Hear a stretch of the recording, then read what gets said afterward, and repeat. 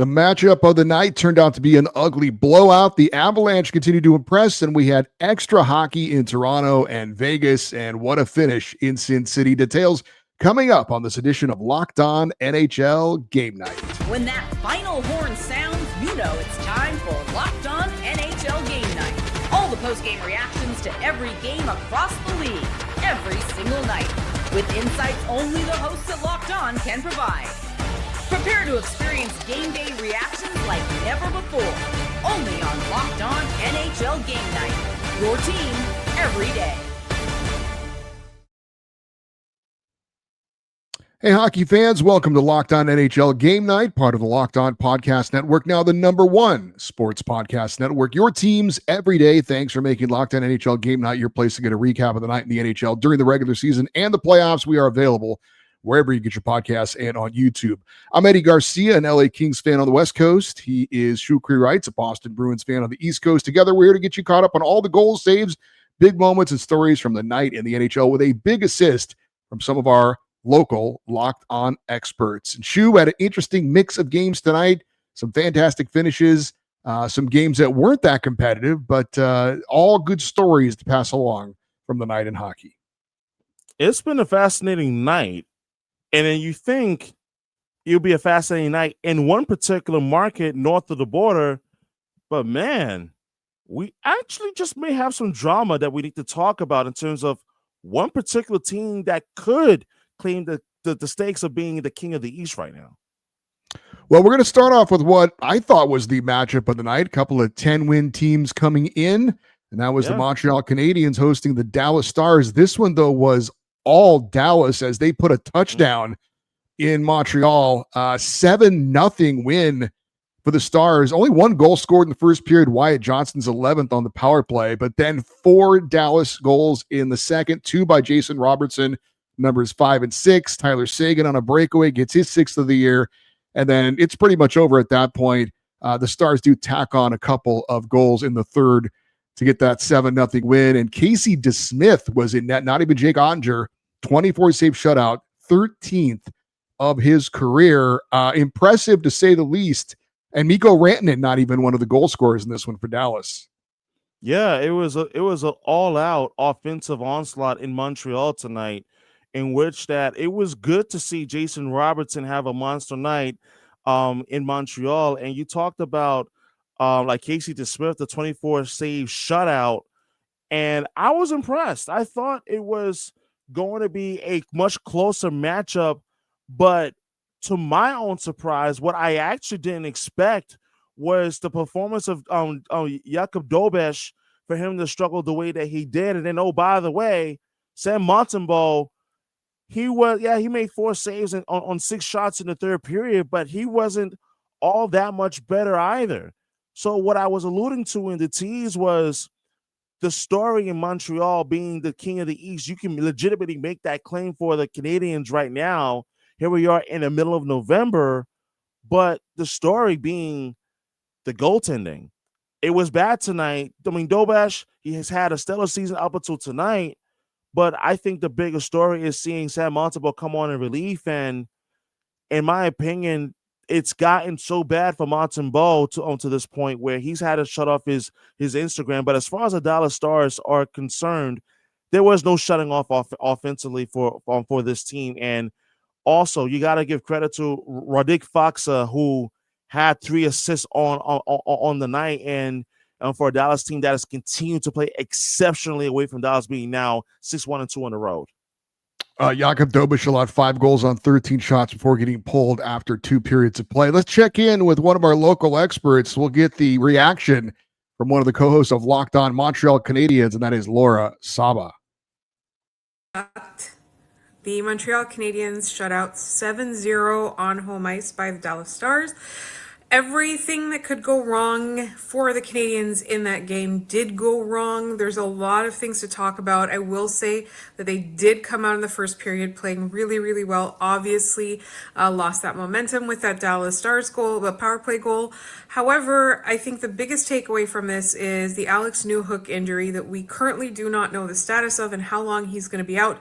That's going to have so many implications, not just for Kapanen, not just for Demidov, but also for Nick Suzuki, who was now going to have to play on the penalty kill, as if he's not banged up and tired enough.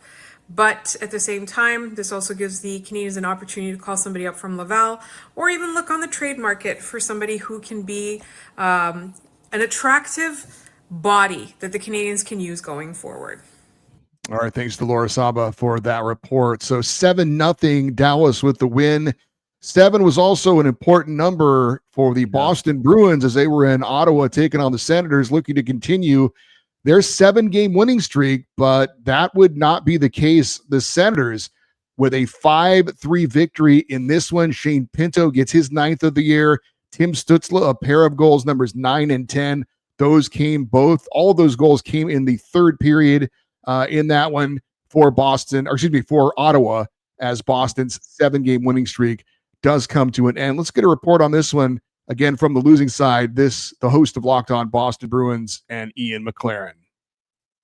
All for the rest of the season, the Boston Bruins 7-game winning streak has come to an end, courtesy of the Ottawa Senators.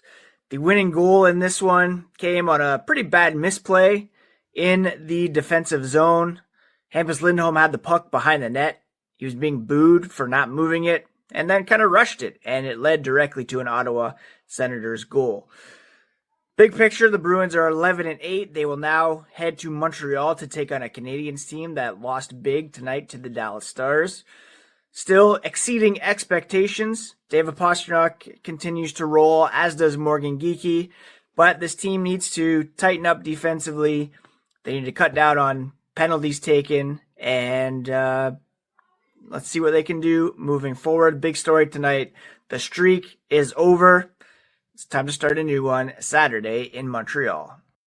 All right, thanks to Ian McLaren for that. And he's right. David Pastrnak gets his 11th on the power play. Morgan Geekie his 12th. Shu, you're a Bruins fan. What'd you take away from that 7-game winning streak coming to an end?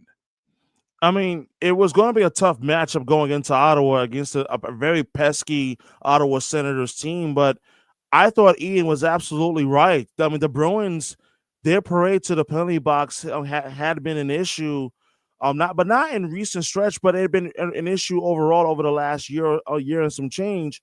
But in tonight's game, where they were looking to extend their winning streak, you couldn't afford to continue to march onto the penalty box the way that they have.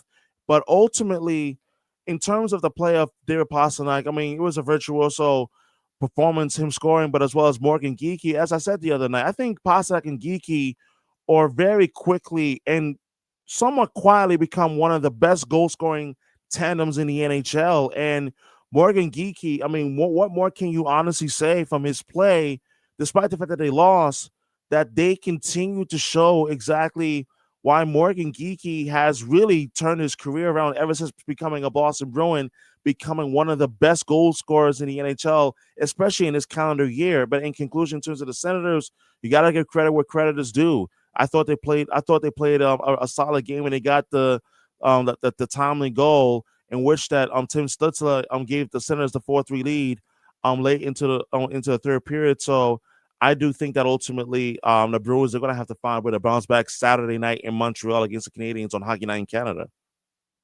And we had the surprising Ducks, the leading team in the Pacific Division, taking on the Red Wings in Detroit. This time, though, Detroit cooling off that red-hot Anaheim team with a 6-3 victory. Let's get a report from one of the co-hosts of Locked On Detroit Red Wings, and that is Brian Fisher. The Detroit Red Wings offense finally explodes in a cathartic offensive performance and doing all the things correctly that we've been asking them to do along the way. They beat the Ducks 6-3, and a lot of those goals came from going to the net, getting your body in front of the eyes of the goaltender and deflecting pucks. DeBrincat's first goal, the eventual game winner, was a deflected puck out of midair on the power play. Axel Sandin-Pellikka and Moritz Seider's first goals were one was deflected off a defender and another one was just a seeing eye puck, both because you got in the eyes of the goaltender. The Red Wings offense finally explodes because they get to the dirty areas and make it hard on the goalie. They win 6-3 to snap their losing streak. John Gibson does not come out for the third period, so we're waiting to hear more from that. But special teams goes 3 for 3 on the PK and 2 for 4 on the power play, so that gets right as well. So a great get-right game for the Detroit Red Wings. All right. Thanks to Brian Fisher for that. Dylan Larkin gets his 10th. Alex DeBrincat had a pair of goals, numbers 5 and 6 for him. And as you heard him say, John Gibson allowed 2 goals on 17 shots, but did not play in the third period. Cam Talbot had to come on. He allowed 1 goal on 11 shots in the victory. A nice victory for the Detroit Red Wings. And certainly they had 3 days off on the Red Wings, that is, coming off the 5-1 loss against the Chicago Blackhawks on Sunday. So you figure that they would come into this game being a little bit more sharper, and they did. And, like John Gibson, he had a pretty good showing tonight, the 15 saves on the 17 shots against his former team. So I do think that, like, Detroit, they continue to play, like, really well, but it's not taking anything away from the Anaheim Ducks, who has been, in my opinion, the biggest surprise in the league this season. They continue to get a pretty good strong showing offensively from Carter Gauthier and Chris Kreider in the loss, and not to be forgotten, Mikael Granlund as well. So I look at it and I say, like, listen, this was a good game overall. But however, I do think that if you're Detroit, you're definitely going to need to, like, continue to build coming off this win against a Ducks team that has basically captured the NHL by storm this season.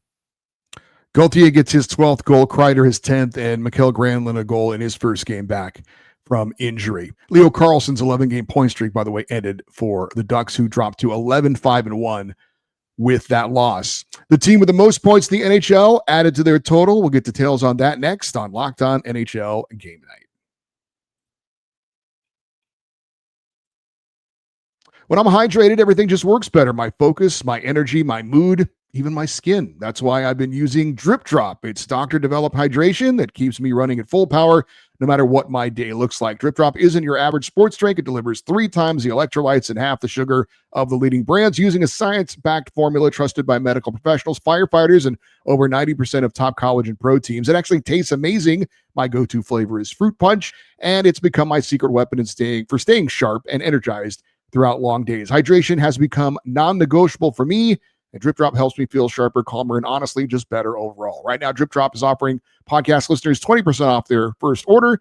So go to DripDrop.com, use the promo code LOCKEDONNHL. That's DripDrop.com, promo code LOCKEDONNHL for 20% off. Stock up now and keep your body and mind performing at their best with DripDrop. All right, let's get to our next game, and that would be the Colorado Avalanche hosting the Buffalo Sabres. Kind of looked like a bit of a mismatch on paper. This one a little bit closer, but in the end, it is Colorado with a 6-3 victory. Let's get a report on this one from one of the co-hosts of Locked On Colorado Avalanche, and that is Chris Maselli. Colorado Avalanche with a 6-3 win over the Buffalo Sabres, and keep piling up the wins and keep piling up the points. And while the score may seem like it was out of reach, it really wasn't. This thing really wasn't decided until late in the game. And I think going into this game, with how well the Avalanche have been playing and the Buffalo Sabres playing a second game of a road back-to-back, I think it had all the makings for a potential blowout. And give the Sabres credit. Maybe started going in that direction, or at least the thought was it was going in that direction after the Avs scored 52 seconds into the game and then get another one a few minutes later. But they came back, battled back, tied this thing at 3. But this is what the Avalanche do. They just don't quit. They just wear you out. They wear you down. And a second of a back-to-back is a lot to ask for a team. And for the Sabres, I don't say they ran out of steam, but the Avalanche just never relent. And, you get some goals at the end. The empty netter by Gabe Landeskog really puts it away. And that's your final. I don't think the people of Columbus are really happy right now with giving up Gavin Brindley. This was the first game the Avalanche played without Val Nichushkin, and they put Brindley in his spot on the second line. Why? Because he's earned it, and he gets another goal. He adds another assist. That kid has been playing phenomenal hockey. And I don't know if the people over in Columbus are looking at this saying, like, why did we make that trade? But there's going to be no apologies on the Avalanche side. They are benefiting from how he's playing right now, and the entire team is benefiting. So another good win for the Avalanche, and they stay atop the standings. All right, thanks to Chris Maselli for that. Marty Necas gets his 11th of the year. and his 12th of the year. He had 2 goals in this one. And Nathan MacKinnon had an assist on that second goal, NHL leading 33rd point of the season. For Buffalo, they played back-to-back nights, as he mentioned. They did not look good in that game against Utah the night before, so they come back and at least battle in this one. Tage Thompson gets his 7th of the year. Alex Lyon allowed 2 goals on 3 shots before getting pulled in this one. Lindy Ruff having a short hook in this one. Ukko-Pekka Luukkonen came on the rest of the way. But the Avalanche, certainly one of the top teams in the NHL, and another impressive win for them. Yeah, it's certainly an impressive win, and I agree about the point that was made about Brenly. Brenly has been absolutely just phenomenal offensively, and to see him just playing so well for, let's face it, a very loaded Colorado Avalanche team is a welcome sight. And I think that that he's only going to get better like as we continue to move along during the season, especially once we get to like the dog days of January, February, right before we go into the Olympic break. But also, in conclusion, Martin Nikes absolutely was tremendous. But then also, how about Nathan MacKinnon, who's on fire right now, who has a point streak that has now been extended to 11 games, which, oh, by the way, no big deal. 8 goals and 15 assists for 23 points in that stretch. So you continue to see MacKinnon play at a high level, and he's just on fire in terms of scoring wise right now for this team. Avalanche with that win now 12-1-5 on the season. We had the Maple Leafs hosting my LA Kings. Toronto did not have Austin Matthews in this one. Also, goaltender Anthony Stolarz was out as well, both due to injury. The Kings had to rally in this one, but they come back for the 4-3 overtime victory. Kevin Fiala gets his 9th. Alex Laferriere tied it up in the 3rd period, and then Quinton Byfield with the overtime game winner as the Kings win again on the road, where they've been so good this year now, 8-1-2 on the season away from home. And they frankly deserved this win. They outplayed Toronto throughout this game. For a while, it looked like it was going to be one of those games where they just weren't going to get the bounces, but eventually they stuck with it. They stayed patient. And in the end, the better team was able to win. They outshot Toronto 37-15 in this one. The Maple Leafs continuing to struggle. Obviously, the injuries didn't help. John Tavares did have 2 goals, numbers 10 and 11 for him. Dennis Hildeby pressed into action, allowed 4 goals on 37 shots. But the Leafs are now 8-8-2 on the season. I just don't think Toronto has an identity as of right now as to who and what they truly are. But you could better speak on the Kings better than I can, you being the Kings fan here. But I thought it was really like impressive just to listen to what Quinton Byfield was saying, like in the post game, like considering that, let's face it, I thought the Kings have had a really good like road trip. Like the game against the Penguins in Pittsburgh, the comeback win there on Sunday, and then the game in Montreal. They played a great game there, and then the game tonight. I thought that they showed a lot of resilience and a lot of grit, and Quinton Byfield continues to show everyone like why he has become one of the best young rising superstars in the NHL right now, and playing tremendous hockey for a Kings team that has been dominant on the road. They have not shied away in terms of being successful playing away from Crypto.co arena. I still call it a Staples Center, by the way, Eddie. That's fine. We should just call it whatever we want. Call it the Castle, whatever. Fair. These corporate names come and go, and whatever. They don't pay us to say their names. We had the Kraken taking on the Jets in Seattle. Continues to be a surprise this year. They get a 5-3 victory with a strong 3rd period. Let's get a check on this one from one of our local experts, the host of Locked On Seattle Kraken. That is Erica L. Ayala. Shot 26-18. The Seattle Kraken get a 5-3 win in regulation over the Winnipeg Jets. 5 goals, 4 different goal scorers, and it would appear that the line changes that Lane Lambert has been making in the last handful of days have paid off. This was a big-time win for the Seattle Kraken team that once again had to come from behind, but 2 goals from Jordan Eberle and 1 from Eeli Tolvanen in the 3rd period shut the door, get the win for the Seattle Kraken, who now have 21 standings points on the season. Still have some concerns, though, as the opening goal for the Kraken went to Capo Caco, who did not finish this game. He scored the second goal of the game, first for the Kraken in the first period. However, again, was not able to complete the game. So tune in to Locked On Kraken. Once we have updates on Capo Caco, we'll give you those, and we'll break down once again how players perhaps like Shane Wright, Matty Beniers, and Ellie Tolvanen have been impacted by the line changes from Lane Lambert. All right. Thanks to Erica Eliala for that report. As she mentioned, 3 third-period goals, 1 from Ellie Tolvanen on the power play, 2 from Jordan Eberle, numbers 6 and 7 for him. And Philip Grubauer in net gets the win, 3 goals allowed on 26 shots for a Seattle team that right now is top 3 in the Pacific Division. Not a lot of people thought that was going to be the case. Yeah, and they've been a pleasant surprise in a year in which that I thought it was critical going into this season that the Seattle, they needed to make a push in which that they're going to be contending for the playoffs, and they've done exactly just that. And a big reason for that is the play of Jordan Eberle. And I think that also seeing guys like Philip Grubauer like step up in net and as well as Vince Dunn, who has been huge for this team. So I think that what you're seeing with Seattle tonight has been a microcosm of what they have been all season long, and that is that this is a Kraken team that has been that at times it's been very up and down, but Lane Lambert has been spot on with the line changes that he's made in recent days, and it has worked out very well for this Kraken team. We had an unbelievable finish in Sin City. We'll tell you about that and more next on Locked On NHL Game Night.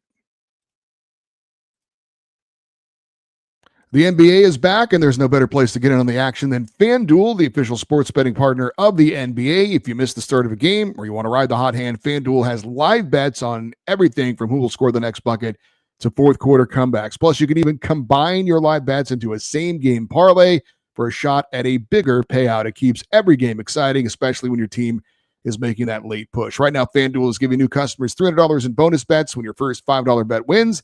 So head to FanDuel.com to sign up and play your game with FanDuel, the official sports betting partner of the NBA.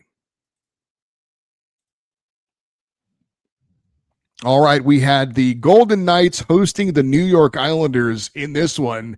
The Islanders start strong in this one with a couple of goals. Then Vegas takes over with the next 3.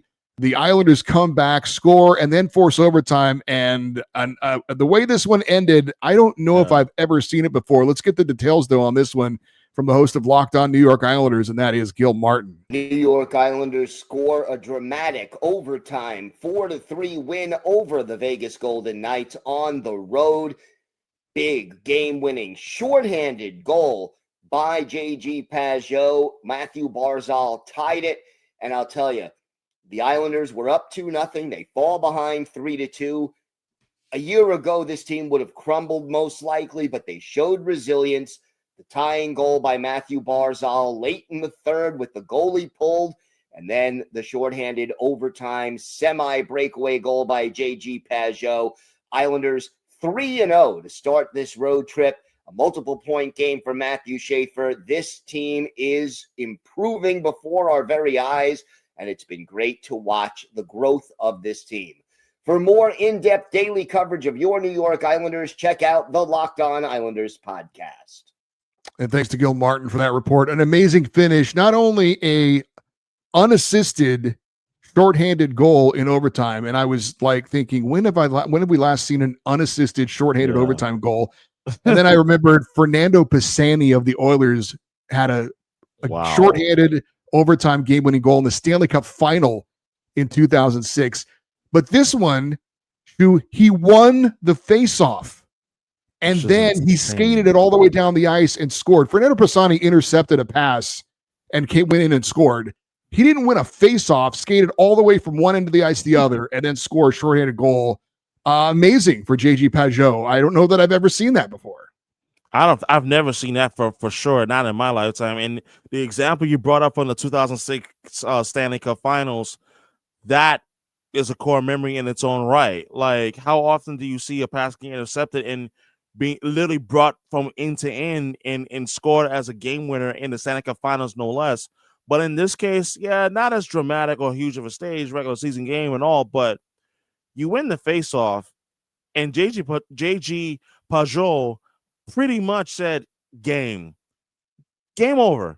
And that's basically what essentially happened. And I agree with you. Like, I can't remember in regular season or Stanley Cup playoffs when has something like that happened. And first and foremost, how about the game itself? The game was just really a terrific back and forth effort in which that Matthew Barzal, he tied it up at 3-3 with basically 2 minutes and 37 seconds left in the third period. And then also like a good solid goaltending game by Ilya Sorokin. Like, I thought that was huge. Also, don't forget about Matthew Schaefer as well. He had a goal and assist in this one. So for the Islanders, this was one heck of a game, and wish that this was a great back and forth affair between the Islanders and the Golden Knights. And Matthew Schaefer is now currently your rookie points leader with 14.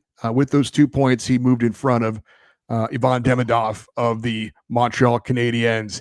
We had the Panthers taking on the Capitals, and Florida gets a 6-3 win and a milestone game for Brad Marchand. Let's get a report on this one from the host of Locked On Florida Panthers, that is Armando Velez. Win for the Florida Panthers, defeating the Washington Capitals by a final score of 6-3, and doing it against the league's best 5-on-5 defensive team, as Logan Thompson gave up more than 3 goals for the first time all season, and the Florida Panthers kept the top guys from the Washington Capitals at bay.